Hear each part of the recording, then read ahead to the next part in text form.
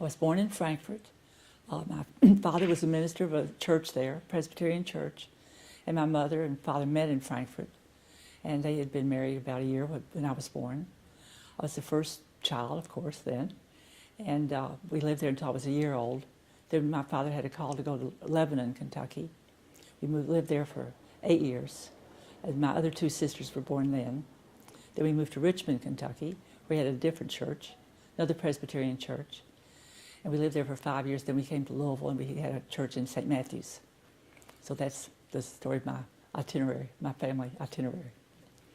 My father was, his father had been in the millwork business here in Louisville, had a lumber, fancy millwork business. My father studied architecture in college, University of Virginia, was going to be an architect. He decided to become a minister. They church people, had been brought up in the Presbyterian church. And my grandfather was very delighted with that. So my father went to seminary here in Louisville, Louisville Seminary, which is now what JCC is, that Gothic building on Broadway. My parents were actually married in the chapel in that building. And then he had a church, went to church the church in Frankfurt was one of his early churches. He then met my mother, who had been an art student in New York. Her family lived in Frankfurt. She was a graduate of Parsons in New York. And she came back to Frankfurt. It was the middle of the Depression. She came back to Frankfurt and opened a little shop with some other artist friends, and they made Christmas cards and things. The story is that my father came in and ordered Christmas cards.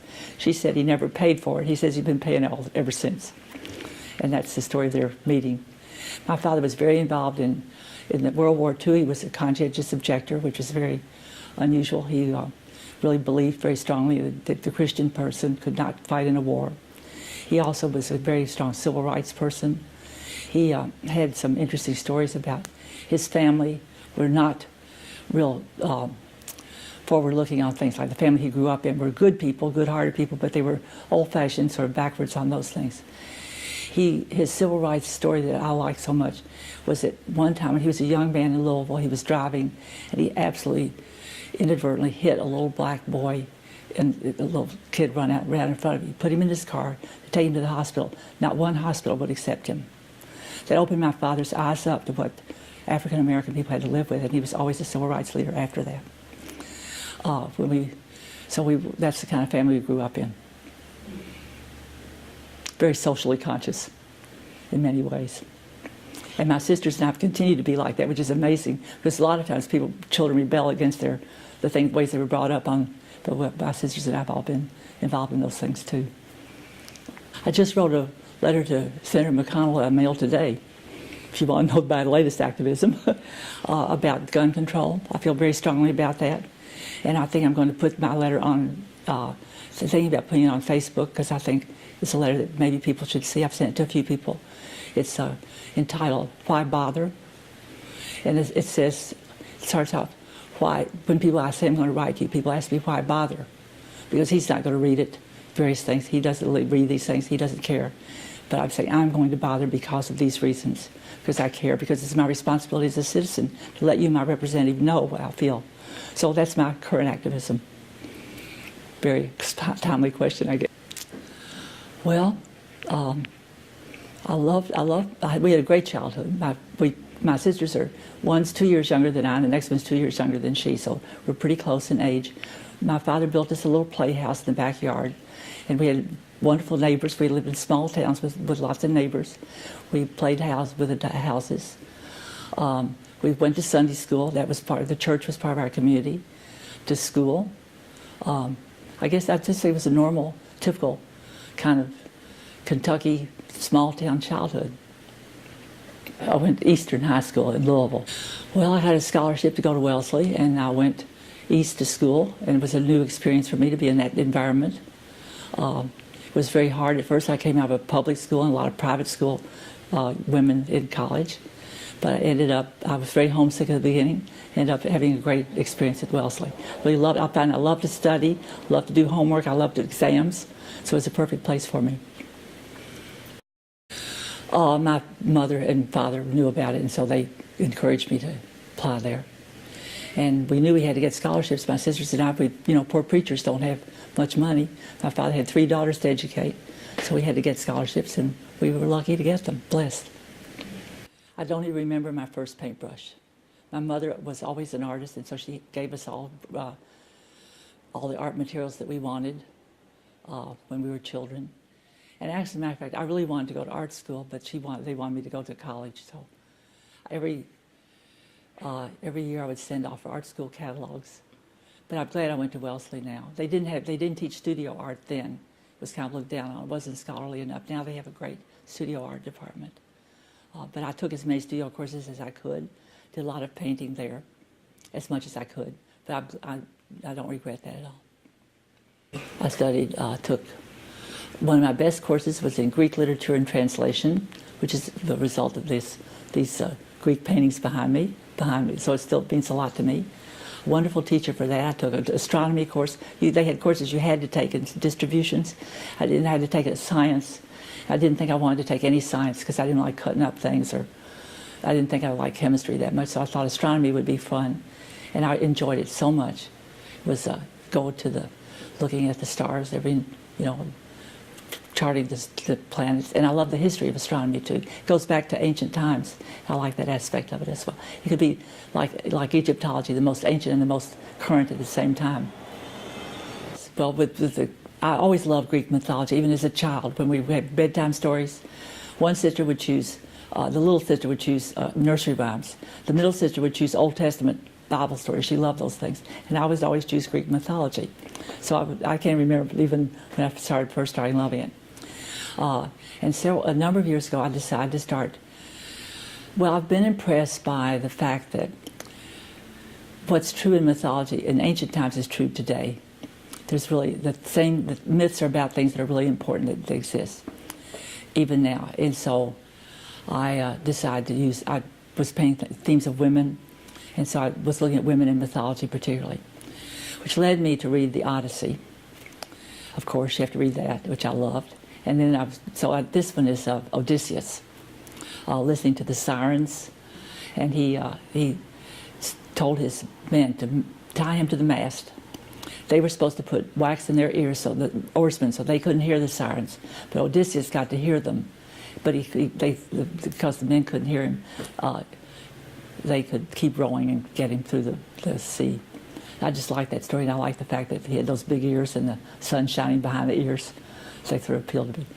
I think he has this look of ecstasy on his face. Those sirens are just saying right into his ears. So just wanted to do that one. And then the other one over here is Penelope, who was Odysseus' wife. Because Penelope was very wise, and while Odysseus was gone, she had many suitors who wanted to marry her. And she didn't want to marry any of them, but they kept hanging around the house. So she would say, I'm going to weave the shroud, and when the shroud's finished, the shroud was for her father-in-law. When the shroud is finished, then I'll marry it. I'll choose who I'll marry. And every night she'd rip out what she'd woven before. And I just thought that was so smart of her. So Odysseus was gone for 10 years in the war and 10 years getting home, so he was gone for a long time. So she did a lot of ripping out. But obviously she didn't do that, but that's a story about her, and I like it. So this actually has a number of panels on. This is a panel, this is a panel, and the panel is the cloth, and there are 20 different shades of rainbow in that. If you divide them up, but they all blend together. And it looks much, I love it with this way. Well, I've always been the artist in the group. Even in school, I was always the class artist. I did the murals, I did the posters. I was not a good athlete at all. I was terrible on spelling bees and those things. And so I was the artist, and it's just sort of the role I always assumed. People let me do it and gave me a lot of adulation for it, so I've always been the artist in the group. I think way back when. So it's always what I've been. When I was going to grow up, I was always going to be an artist. I'm still thinking that. So I can't imagine not being an artist, as a matter of fact. I got out of college in '57. There was not many opportunities for women. I had a history of art degree. What do you do with that? I must have thought I was an heiress or something. There's no jobs for history of art people. I just loved to study it. My parents let me do it. I don't know why they let me do it. No, very impractical. I got a job at the Corcoran Gallery of Art in Washington. I was secretary to the assistant director. I was a terrible secretary. I typed terribly, but that was the only kind of job I could get. I didn't take dictation. I would write I had my own little system, but he would dictate to me. In those days, people did that with they had a little pad, and I'd put that on the typewriter. But, and I made $2,700 a year at that job.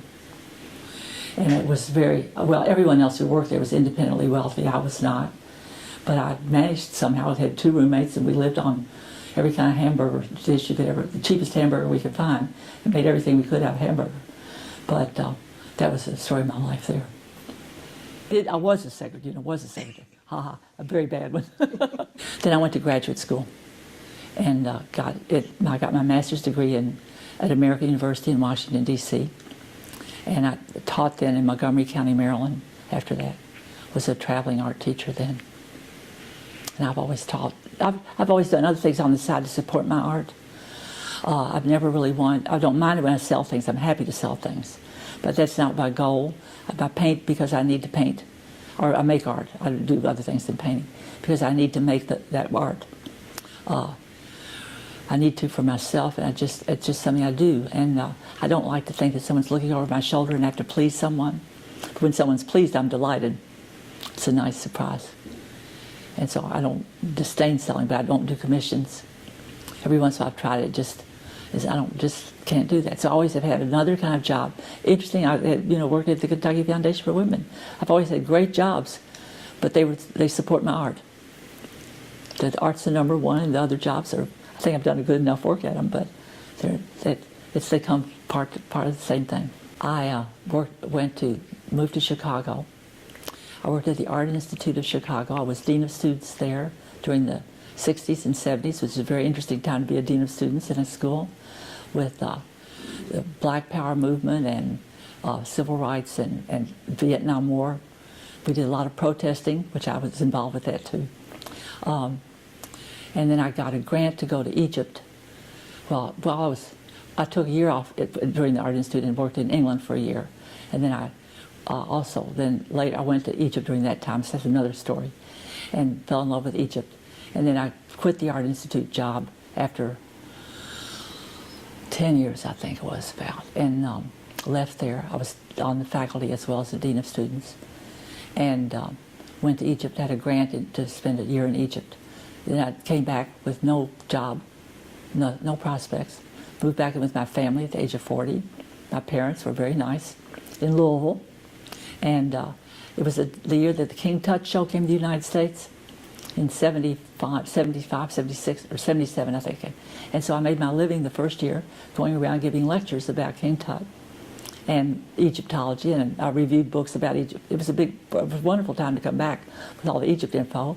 Even published a couple of photographs in National Geographic. And then Tom Pike, who was the headmaster, the founding headmaster of St. Francis High School, was announced in the paper that he was going to start this school. My mother said, "Why don't you go talk to him? Maybe he'd like." I'd known him in high school. His sister was my good friend in high school. So I talked to him and said, "Do you have an art program?" He said, "Yes." So I said, "Would you hire me?" He said, "Okay." So that was that. So then I taught at St. Francis, met Ron there, my husband, and we were married, and then I directed the Kentucky Foundation for Women. Then that's the story. My project that I got the grant for, I did a lot of things, but the project was to do a photographic comparison of the scenes in the tombs, which are people making bread, building furniture, harvesting wheat, all the things, and they did exactly the same thing in Egypt today. Then I think they do the same still. They're not going to change after 5,000 years of doing it. But and that interested me when I first went there. I really loved those comparisons of like the mythology, the things that they're so much continuous for people to do the same kind of thing. And in Egypt, I got to meet the man who had been the Minister of Agriculture during Nasser's regime. And he took me through an ethnographic museum and explained to me that that is the way Egypt soiled. That America sent some plows to Egypt for big farm equipment. It didn't work because it was too hot there. So those old plows with the oxen pull are what really worked best there. They found out during the time of the pharaohs, it still works the best way. And they were still building the houses and making the bricks the same way. And I just saw the things just jumped off the walls of the tombs out into the world. And so I did those comparisons, a whole series of those. with slides, and that was the day when there was no film to be purchased in Egypt and no developing of films. I took all my film with me, sold my soul practically to keep it chilled because it had to stay cold. It was Kodak, Ektachrome and Kodachrome film. No one even knows about this anymore. And you never got to see, and I never saw any picture I made the whole year. I had little mailers, and I lived in a family hotel. I had mailers and American postage stamps. I would meet people in the hotel who were coming back to the United States and ask, would you put this in the mail for me? Everyone did. I don't know how they did, why they didn't think I was smuggling drugs. I was just so lucky. And of course I wasn't smuggling drugs, but I could have been. And I didn't know these people, a lot of them. Some of the people I knew. And so I had them sent to my brother-in-law, who then opened, had them process. The envelopes had the processing with them, and then saw that my camera was still working. I had one camera. I look back at that. My guardian angel was working overtime then, I think. But that's what I did in Egypt. I did other things too, but that was basically the project. It made me, I lived in a village a lot of times where the agriculture was done in a village.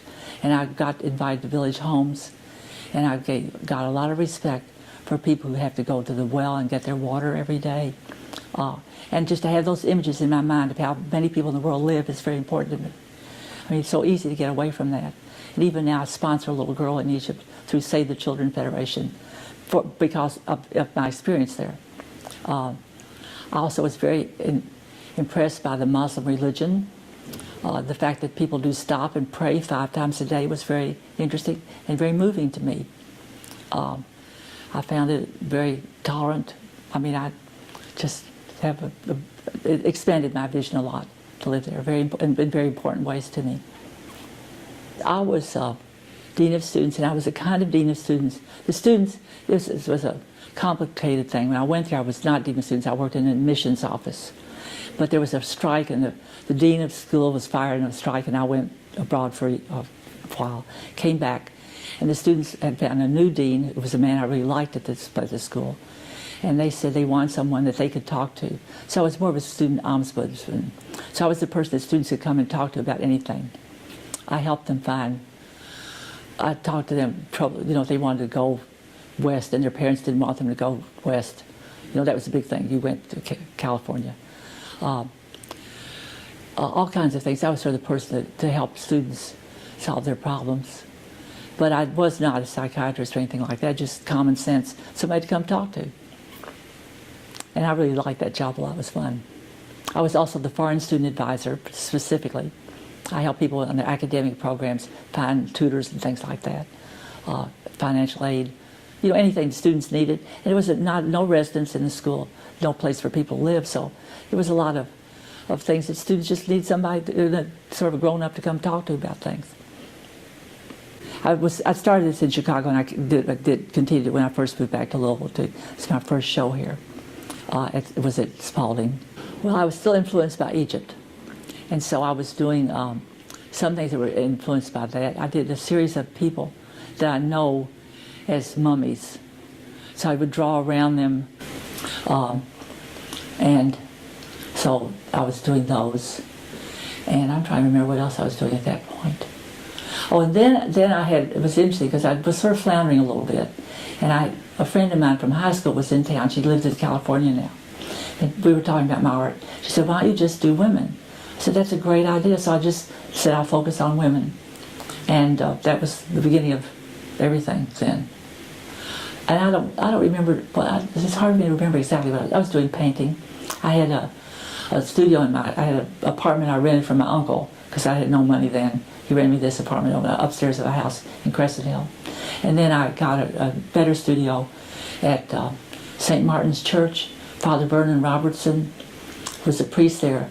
There was a school that had been a school part of the church. He was looking for artists to rent studio space in there. And so he offered me the space, and I took that. That was a great studio. I did a lot of work there. I was 40 when I got the grant. They called me on my 40th birthday, gave me the grant. So I was 41, turned 41 in Egypt, so I guess it was 41, in my early 40s to say that. I first heard about it, well, this goes back to a little bit the art I was doing. I worked on a project with Judy Chicago called the Hot Flash Fan.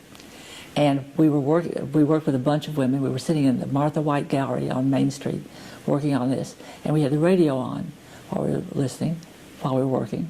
And Sally Bingham started talking. She was on the radio being interviewed and started talking about this foundation she was going to put together. And so that was kind of a nice dramatic way to hear about this.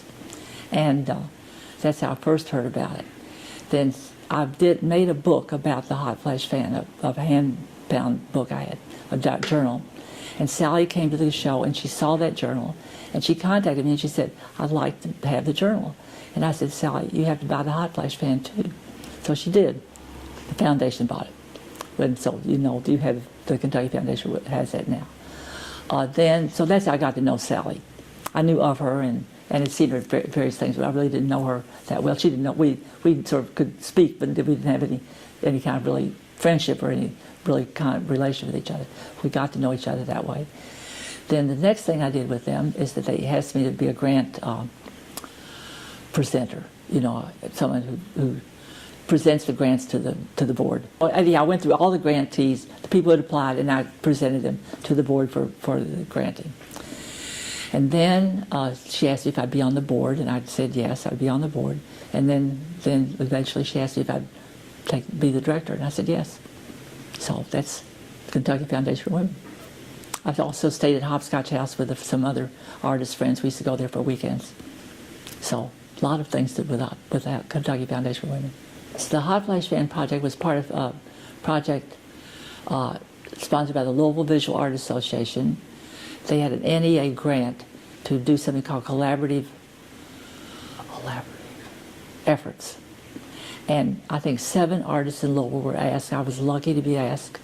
And we were supposed to then find someone from outside of Louisville to collaborate with to bring this energy back into Louisville. And so I somehow was convinced. Someone said to me, why don't you try Judy Chicago? I said, well, what the heck, I might as well. And lo and behold, she said, okay. So that was how the Hot Flash Fan, we decided, she called me and she said, what do you want to do? And it was at the time that Geraldine Ferrara was being considered for vice president. And the criticism was she was menopausal. So that was, and I was about that age myself by then. And so I said, how about menopause? And Judy said, great. So that's how that got started. We just, off the top of my head, that came out. Right thing at the right time. Every once in a while you do say the right thing at the right time. And so we worked on that and ended up, the fan was the one thing that everyone got hot flashes. People had a lot of different things happen to people in menopause, but everyone had hot flashes, we found. So that seemed to be the thing. So that's how the Hot Flash Fan got going. The board was Tim Peters and Sally's son and his wife. So it was a family kind of situation at that time. People really had to say why they were feminists, and I thought they were very good. I applied for a grant first before any of that, and I didn't get one. So I was, you know, and so of course I think they were very good grants, very well written and everything. But I think they were very involved and very carefully reviewed and good questions asked. I felt very good about the grant program from the get-go, from all my points of view, from the presenter and then from the board and from eventually, I finally got a grant, and you know, I thought it was good. It was, wow, listen to her. This is an amazing thing. This is things we never even thought about, that anyone would come to Kentucky and think that they could give grants to women who are making art. You know, that was just an unheard of thing, and only for women. Something that we didn't have to compete with men for, because women usually have competed with men and really not come out as well often.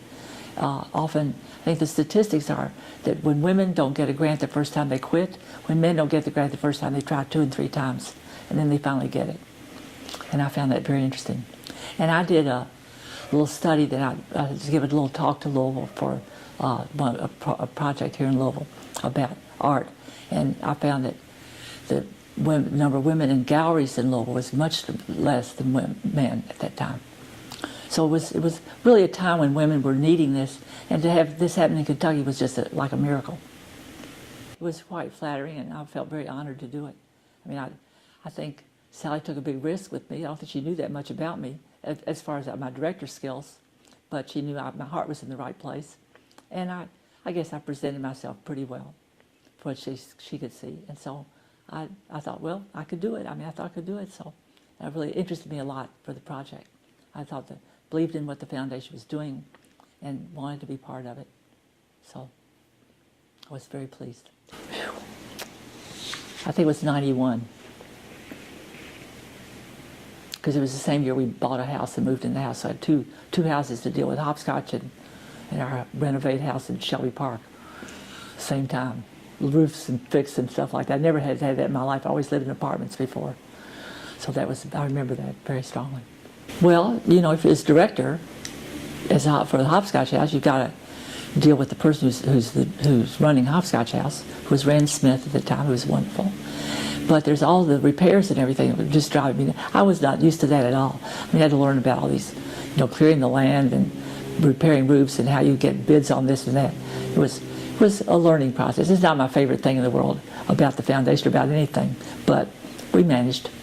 Hopscotch House is still there, standing up and doing well, thanks to you and other people. Well, a group there were 5 women who started going for weekends at Shakertown. 2 from Lexington, 1 from Frankfurt, and 3 from Louisville. And we had been doing that for about every 2 or 3 months, well, maybe 3 times a year. We would bring our artwork, discuss, and we'd spend 2 nights there. And that was wonderful. When the Hopscotch House opened, it was the best place for us to go. It was even better. So we enjoyed that so much. And it was, so I think that was a good thing. One day, I remember because when I got to be the director, I sort of, you know, ruled the roost. Well, they would keep asking me things about, you know, I didn't want to be the director when I was staying there, but they would sort of turn me into it.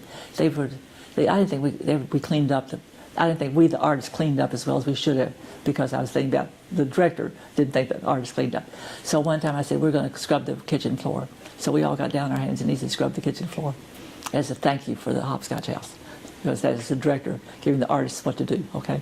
So I kind of wore both hats sometimes. But it's a wonderful place for people who like to hike. That's great. I mean, I like to look out the windows, walking around the wall in the yard, but I think it looks a lot like it always has looked. It was nice, really nice. It was nice in anybody's home. Better kitchen than anybody really has. Wonderful quilts on the beds. I guess you still have those quilts out there. I mean, all those things are just really special. I mean, it felt like there were no shortcuts taken on furnishing, and eventually nice art began to appear there. I think it's a wonderful place. Nice rooms. Every room had a bathroom. There were things that were really special about it that you really didn't find in any place, even Shakertown. Fred Smock was there, and Pat Buster. So that was the staff. I took the job. Sally made me promise I would not fire anyone. And I was, I didn't have to worry about that because they were all doing good jobs. So it was we each had our responsibilities, but we got along very well together, I think. It was, I didn't feel there was any really problem. One thing I did is I asked that the staff be put on the board, because I had a feeling that the board shouldn't just tell staff what to do and not know what was going on. And I thought if staff were on the board and had equal say on things, that would be important. Everyone else had thought that was a stupid idea, and I don't think they still do it either. But I thought it was a great idea, and it seemed to work okay. It's sort of an idea I had that I really wanted to try out. And so it worked fine, I think, when we were there, when I was there. It may not work. Maybe a lot of reasons why it wouldn't work, but I felt it was good. Other members on the board, too. They weren't the only board members. But they were full voting members of the board. Well, the decade celebration was one. With 10 years, we had a decade of celebrations about the Kentucky Foundation for Women. Just had lunch today with someone I met during that, Coretta Jones, the writer, and she called. I'd put a plea out if anyone wanted to volunteer to help with the decade celebration. We'd love to have help.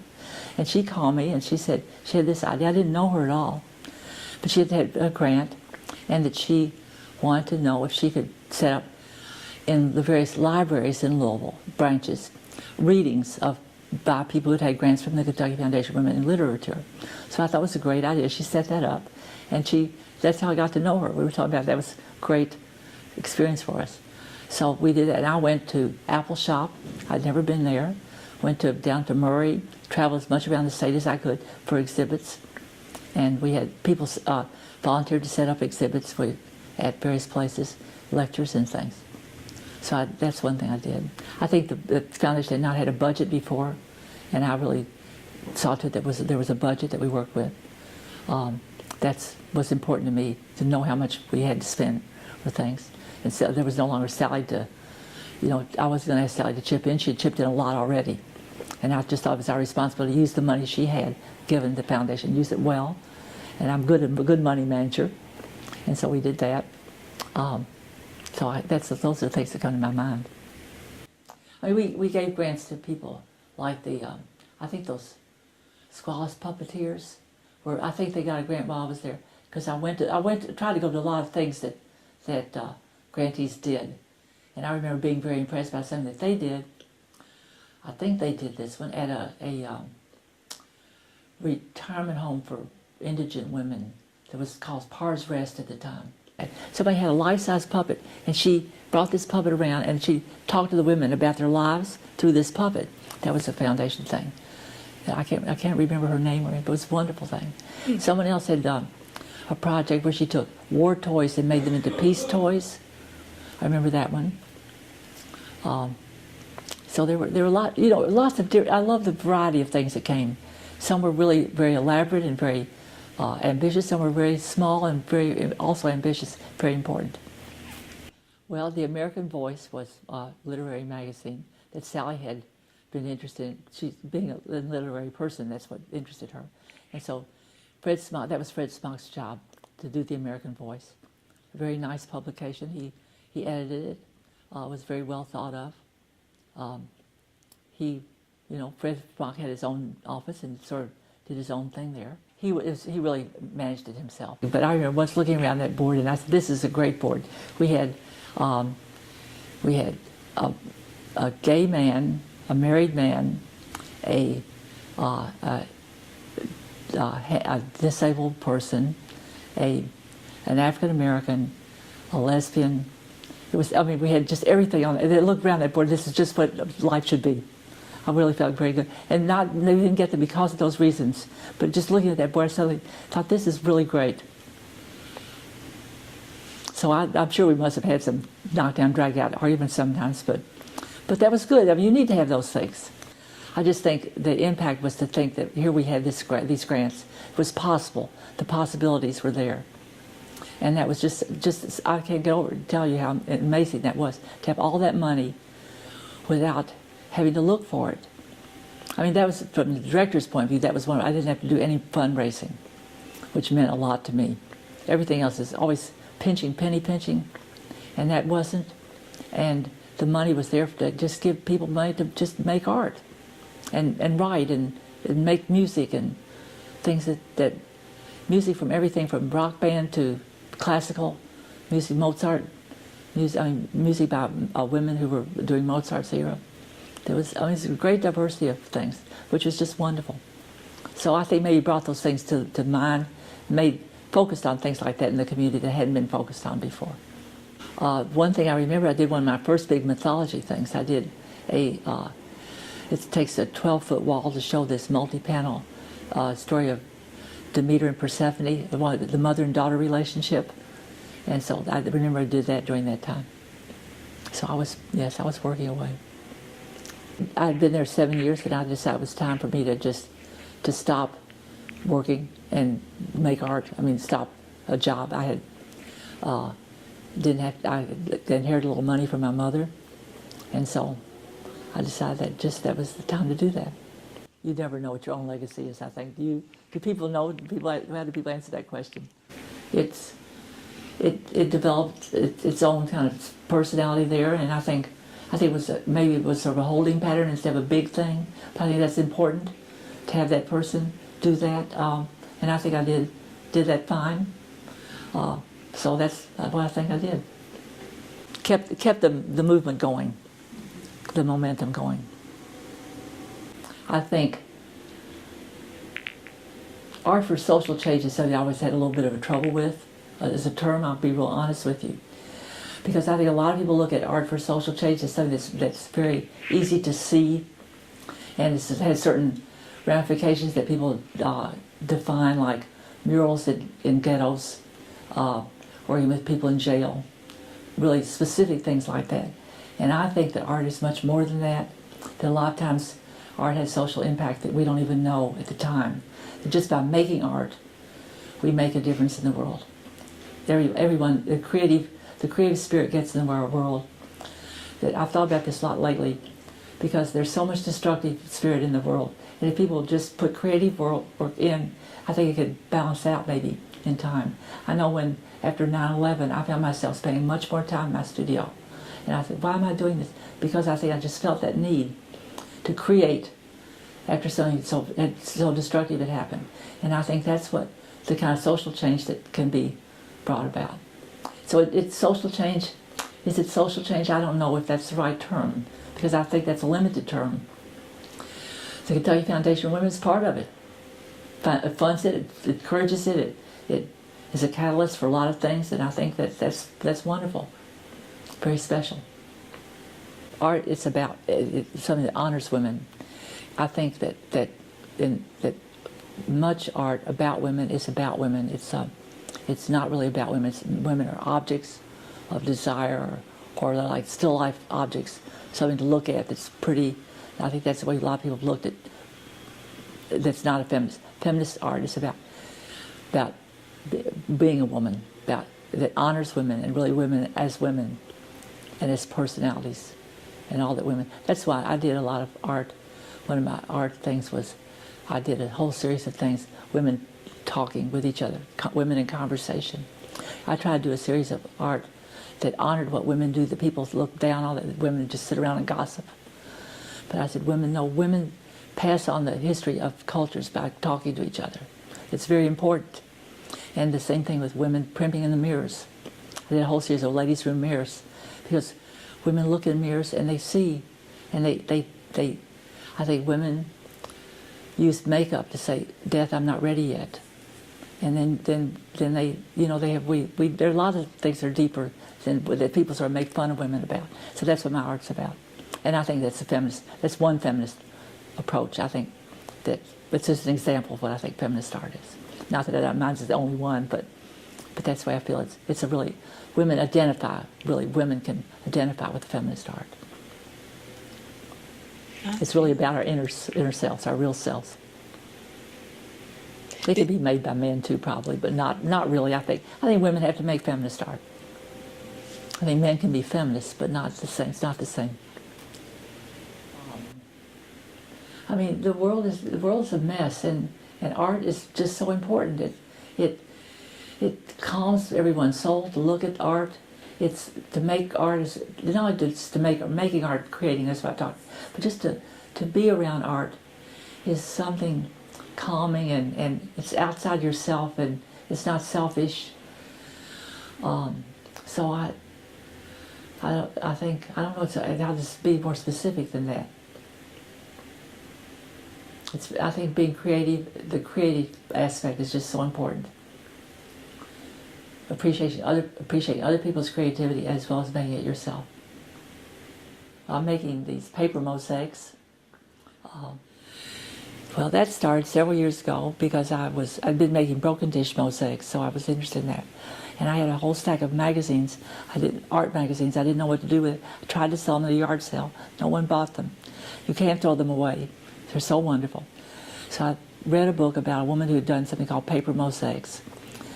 She'd made the paintings herself, the painted papers herself. I thought, why don't I just try to do that with those magazines? So I made a woman, and I said, okay, so I make these old women. I try to do older women because I want to honor older women. I'm an older woman now, and these are old women who are care about themselves. They're individuals. They have names. They develop names as I'm working on them. They really look like their names. People can recognize this is Gladys. They know it's Gladys when they look at her, and so they care about themselves. They dress nicely. I love to make the costumes anyhow. They wear hats, but someone asked me. Someone suggested I might want to make groups of women, and I did groups of women in paintings. I said it didn't feel right to me. I thought, why is that? I think because women are isolated as they get older. And we may be side by side, but you're in your own individual space. And you're not, because of age, because of death, because of illness, because of hearing problems, getting around. But these women are not sad. They're wonderful women. They're not sad. But they have their wrinkles. And one of the things I do with them is I take sometimes images of young women that are in the magazines, and I turn them into old women by adding circles in their eyes and this thing under their chin and these creases, all these things, and their gray hair, and make them into old women. That's kind of a fun thing to do. So I love doing these. They're really fun to do. And once I got Parkinson's, I couldn't really do a lot of the other things, the heavy-duty things. And so I've just enjoyed being able to do these in my new space. I have a smaller studio now. Works fine for this work. So I'm really blessed I was able to do this, I think. Well, I'm going to be 81 in March. I have Parkinson's, so that's a future I'm facing. You don't get well with Parkinson's. I am going to keep making art because I read that Renoir painted on the day he died. You never know that day, and it's probably apocryphal, but I like the concept. And I just can't imagine not making art. I try to make some art every day, because you never know when that's going to be. And my future is making art and being as great an old lady as I possibly can be. Because I find that very inspiring. What do artists do in their old age? It's an interesting thing, because we can't do a lot of the same things we used to do. Mm-hmm. And you could either mold, or I have friends who are just quitting. Mm-hmm. I don't think I can quit.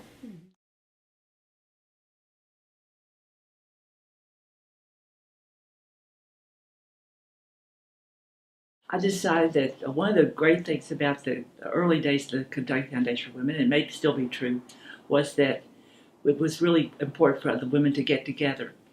And we never had that opportunity before. It was a new thing at that point, early in the days of the foundation. And the fact that we could get together, meet each other, share experiences, insights, and just be friendly with each other was really very important. Also, out of that grew opportunities for people to show with each other, to share in music compositions, arrangements, all kinds of things, group things. So we had the sisters to work with, which was really important. Most of us hadn't had that before. So I decided it would be a good idea to have a day every year where we just invite everybody who'd ever had a grant to come and get together. And so we started what was then called Founders Day, but because a lot of old schools have Founders Days, that's where I got the idea. But then it's changed into KFW Day. It still exists, and I presume it still does the same thing. It offers that opportunity for people to do that. And I thought that was very important. I think a lot of things grew out of that. I know some people got exhibits together. People really wanted to help each other. It's a very helping kind of thing. And just spend time with each other. I think some people came back to Hopscotch House for retreats and things because they'd been there. We always had it at Hopscotch House. So I thought it was a really good thing to get going. It still exists, so it must be worthwhile. People met each other there. And we often brought some of our work with us there and showed each other. I do remember one pair of women put together an exhibit of women's art, and they traveled the exhibit around Kentucky. And that was an outgrowth of them meeting each other and meeting other people at that Founders Day. And I met a lot of people at Founders Day who then invited me to do things as an artist. And I think it happened at all levels, at all kinds of all disciplines in art as well. Grantees and staff came, and but grantees. And I don't think they brought guests. I think it's just the grantees. So it was just a bunch of women that just got out there. And Sally then was living in town, so she always came and gave this talk about how the foundation was begun. She would give these very eloquent talks. She'd walk back and forth, and we'd all stand around in a circle. It was a small group, and smallish, but a lot of people came, and people came from all over the state too, which was very exciting. Maybe 50 at the most, but maybe it wasn't that many. I'm just maybe 25, 30, I don't know. But it seemed like a goodly crowd, and it got bigger every year. And I know some people still go back every year for that same reason. I have people who say that they go. I've gone as much as I can, but then I've had other positions that sort of required me to go, and which I wanted to go, but I had to go because when I was the director. But as a grantee, I've gone back many times. It was not only the artwork, if people brought their reviews of shows and things like that. So it was not, because people bringing artwork was really too cumbersome to put up. Any poets would bring books, little chapbooks of poetry. Musicians would sometimes bring instruments and do a little playing of something. So it was just kind of a little show and tell in a very informal way, but we made it available and invited people to do that. And I did that because I thought it was very important to have Sally Bingham's name on something. And I established the Sally Bingham Award, which was to be given to a feminist artist in Kentucky every year. And I think it's been awarded every year since then, which I think is it's a very great honor. It came with some money and a little pin and a certificate, a pin, a Kinko. I don't know if they still give that Kinko pin. I think they give different things now. But and I think sometimes it's been won by groups now. It was individual women at that time. But I think it's an important thing. Alma Lesh was one of them.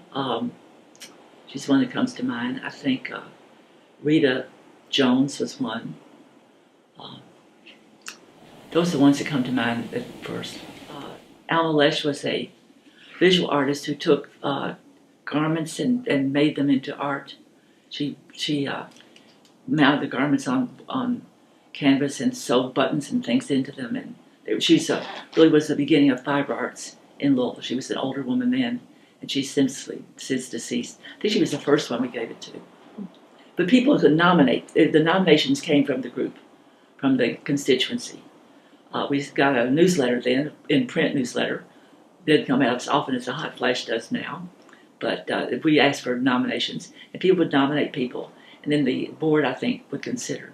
I don't remember who made a decision, but we'd get nominations, and we would decide who we thought should get it each year. If I'd say Rita is a poet, a writer, and a playwright, Rita Jones, Ritter Jones. Okay, well, we decided we needed what was then called an identity package. I guess it still is called that. I don't know. I'm not out of that loop now. And so we asked for people to submit some ideas. We're not getting anything we really liked. And so I happened to go to the library, which is next door to the building where the foundation is located, downtown Louisville. And there was an exhibit there of graphic designers, and someone had won a prize, and I liked what she did. So I said, well, I'll call her up and see. Actually, she had done it for someone else. So I called the person she had done it for. Said, what is this person like? Is she good to work with? And, so forth. Yes, she was a woman who lived in Prospect, a young woman who I had a baby, and so forth. So that sounded good. So I thought, okay, I'll call her up and see. And when I called her up, she said, Miss Anderson, I'm Beth Perry. I was your student at St. Francis High School. And I didn't realize that at the time, that she had been Elizabeth Spaulding, which I didn't know her as her married name.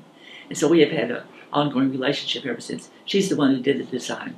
And I think it started with the ginkgo leaf, because it was a fan, and we had the hot flash fan then. The fan seemed to be a good symbol. And ginkgo leaf was so beautiful, and she'd worked from that. And I think set up a very nice design, which then I think he revised over the years, modernized it, brought it up to date. It still looks wonderful. So I think was off to a good start. It's grown well with the foundation. I think that that I have felt really strongly that I went to women's college. It meant a lot to me to be there. I think it affected me. I went to co-ed high school and co-ed graduate school, but my undergraduate work was at women's college. And I thought that was a very important experience because it was important for women just to be on our own, I think. Looking back on it, it was more important than I thought even at the time. That we had no men to have to deal with in a way, and I love men. I mean, I'm not anti-man at all, because I think that that's important. But a woman could be a president of something in high school. It was always the president was always a man, boy. The vice president was a girl. The treasurer was a boy, and the secretary was a girl. That was always the way it was. And at college, you could do anything, and that sort of made a feeling of equality and also nurturing of one another that I think was important. I thought that's what the Kentucky Foundation for Women could be for artists. I guess I felt for myself that was important for people to have that opportunity to know each other, to meet other people who were maybe different from themselves in terms of race, social class, economic situations, but had the common thing of art. And so I think that was part of my personal feeling about that. I think Sally thought it was important. I think it's one of the reasons she put it together. And we all had equal opportunity for the money. We weren't competing with men for any of that, which we always had. Women, especially in that era, in the 80s, are just beginning to feel this consciousness-raising thing of what women's... Well, it was the time of the Guerrilla Girls, Women's Caucus for the Arts. These things were becoming important then. And consciousness-raising was part of that history we were coming out of. And I think that was important to think that women could do these things. But we need to get together. We had the opportunity to do it. That's a very interesting question because I'm rather puzzled about today's feminism. I think probably it's urgent. I don't know that it's urgent. I think it's always important. That's a different thing. I don't know. Urgency was because we had to do it then. It was a timeliness, and we felt there was urgency to that sense of change then, to that kind of change. Now it's a different kind of change that's urgent in the, I'm just saying, political situation, current political situation. So I think it's important for women to have the opportunity to do it. I don't think it's necessary for women. I don't think they feel it's as necessary. And I think probably it's not as necessary for them. But I think it's important. It's important for people to be able to share things and maybe not just for one gender and not the other. That's the way we felt very separate at that era. I think that we've grown past that, which I'm glad. I mean, it means we've accomplished what we wanted to accomplish in many ways. But still, it's good for people to be friendly with each other. No, I think it's a really interesting issue right now. I mean, I've been thinking about that a lot lately because I've seen interviews on TV.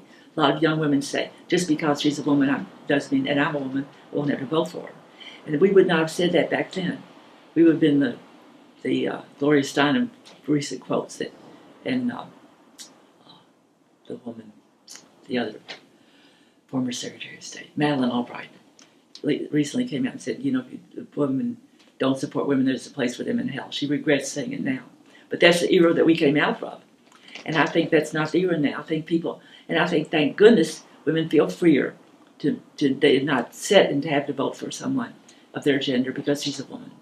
Oh, well, I happened to be there for the 10th year of the Kentucky Foundation for Women, and I've decided that there should be a decade celebration, partly because I thought the Kentucky Foundation for Women needed to be publicized and maybe not publicized, become better known than it had been.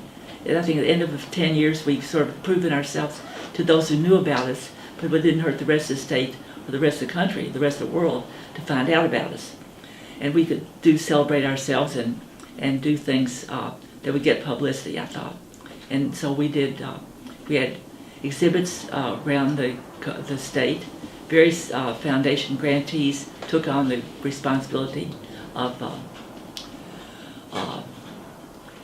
organizing exhibits and things. One, I may have said this before, Coretta Jones set up poetry and readings in the various library branches in Louisville, which was good. So she took that on and organized that. We had exhibits at Murray, at Western, in Lexington, I think, as well. And I traveled to Whitesburg to meet with people there at Apple Shop and other people in that region. The big thing was all those things were big. I don't want to say one thing is bigger than others. All the things were important. But we ended up with a big grand celebration. PNC Bank, who handled our finances, agreed to financially sponsor a big reception we had in the lobby of the Kentucky Center for the Arts in Louisville, and invite everybody that we could think of that had been a grantee or that had anything to do with feminism in Kentucky. It was a huge crowd. We had, and the foundation grantees did furnish the music. We had food donated. I mean, we purchased at a caterer. It was a wonderful reception. People came from all over the state, and really from outside too. And it was a great sort of coming together, once again, a way to get everybody together, say hello. It was a huge KFW day, only it was there. And I think we made a splash. We got publicity on a lot of things, so it sort of accomplished what it was supposed to, I think. We had an exhibit of what then was it Billy Hurt's gallery? I think it was Zephyr Gallery, either, and so they agreed to let us have an exhibit there. And it was curated by Christine Habas, who was she's now at Kent State, but she was a UK art historian and feminist, and she curated it, and then we produced the poster. Well, because you meet so much wonderful people, and also there's so much competition in the world, and to have people have an opportunity to get together and share opportunities, which was one of the great things that happened there. You know, someone would know of an exhibit that maybe I couldn't be in, but maybe you should try it, or an opportunity for music, something like that. And that was just really a wonderful thing, wonderful atmosphere to have. It's a organization for bonding with other women, other people, and for sort of promoting ourselves as artists, women artists. And I think we've been very successful with that. Many more women showing in galleries in Louisville than ever were then, and I think in music and other fields too. I mean, I know more about the visual arts since that's my field, but I think it's true about it. And I just think that's what's happening. And I think that the Kentucky Foundation of Women has had a lot to do with it, to set that up in this. Because whoever thought it would happen in Kentucky? No one ever did. I mean, everyone was surprised. But there was Sally, and she just put it out there. And it still excites me to think about it. You can tell by the look on my face, right? I know, because people don't believe. Because I go to these national conferences, and people say, Kentucky Foundation for Women? What? Kentucky and women. Kentucky Foundation for Women. Those three words didn't go together. Mm-hmm. But we put, she put it out there and put the money where it really has helped so much. Helped a lot of people. And helped the state, too, I think. Well, I think I'm an artist first. And the art I make is based on my life. And I make things about women, definitely. I've done art about women aging, I did a series of women in conversation, because I think women are often criticized for talking too much, spending all their time gossiping, nattering, and I think that's the way the culture is passed on. What women say to each other is very, very important, those conversations. So I had one that I call mother talk, where those young mothers are sitting around talking, and the children pulling at their earrings and their hair, and one's kind of crying and that kind of stuff. And two old ladies sitting there talking with the family pictures on them. They're sitting in the wingback chairs, family pictures on the table in front of them. People sitting around a bridge table talking. And everything I could think of. Then I did another series of women looking at themselves in ladies' room mirrors. And because I noticed that in the ladies' room, usually when women see each other, they'll say, "Oh, nice earrings, I like your hair, nice shoes." In ladies' room mirrors, they don't talk to each other. And I found this very strange. So I thought, what's happening? And women were looking at themselves so much that to primp, get ready, that they didn't talk to each other. And then I started thinking, what does this mean? So I did a whole series of ladies' room mirrors. People would see me in the places in the ladies' room. They say, "Oh, you're getting another idea for another big painting." And I did a series of women in a mortuary, and there was Kleenex and red eyes and that stuff. I put a little shelf on the front of the painting. Another one of people, the prom, going off to a prom, looking at themselves in the mirror. The girls that really weren't really comfortable in the prom dresses. The bride and the bridesmaids looking in mirrors. And it occurred to me that someone asked me what I learned. I learned from making art that women are very lucky. We have an opportunity to use makeup, and we say to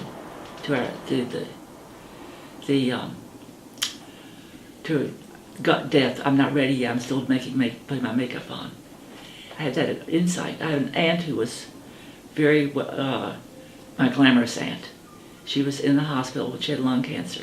And I said, "Well, can I bring anything?" She said, "Just I like some of that new perfume," and she wanted those things. After she died, we had a family gathering, and I happened to mention that idea to my cousin, who was her daughter, that maybe the makeup. She said, "That's interesting. My mother no longer wanted makeup 2 weeks before she died." So I think women have that opportunity. So that's the kind of thing. I learned that from making that art, because I really observed women and got into my head. And maybe other people have observed it before. To me, it was a new information. and very important to me. Well, see, sometimes I'm at a show that has say this is a juried show, a lot of work there, and I'll have a piece in it, and people come by and look. And sometimes I stand back and say, they don't know who I am, especially in other towns. And a lot of times women see themselves in it, or if they see someone they know. And I don't ever really, none of them are meant to be portraits, but they become individuals. Like the work I'm doing now, the paper mosaics of the old ladies. And they have names, they're really people. People see people in them. So that's one thing, that people really relate to my work, because the women are not objects, they're ourselves, personified and visualized. And so and often people get it even more than I got it when I did it. There's a friend of mine who traded art because she really wanted the mortuary one a lot. She has hanging in her house. So she remembered it from a long time before. She asked me if it was still available. I said yes. So she has it hanging up now. And so that's, a lot of my work is tough and people don't want it. But that there's every conversation, and most of the ladies from Mir sold to women, basically, usually to women. It just ends somehow, and then I put it up like you were looking in the camera. Like these things are up on the wall now. I'd work on those for a while, and I'd put them up again, and after a while, something started to bother me a little bit. This was not quite right. The mouth wasn't quite right. The background wasn't quite right. And the thing with the paper mosaics, you just keep pasting over and over. So I did that. That's what I do. Then suddenly it's ready. I'm ready to move on to the next one. It's always another one waiting in the wings. Usually there is. There's not. They're in big trouble. But that's a whole other art thing. The dry spells. But I'm old enough to know the dry spells don't last forever. Good thing about being old, it's experiences. I try to make art every single day, especially now because I know my days are limited. I mean, anybody at my age, you do. And so, and art is what I do. It's who I am. It's the most important thing in my life. Next comes my husband. It's just, I can't imagine not making art.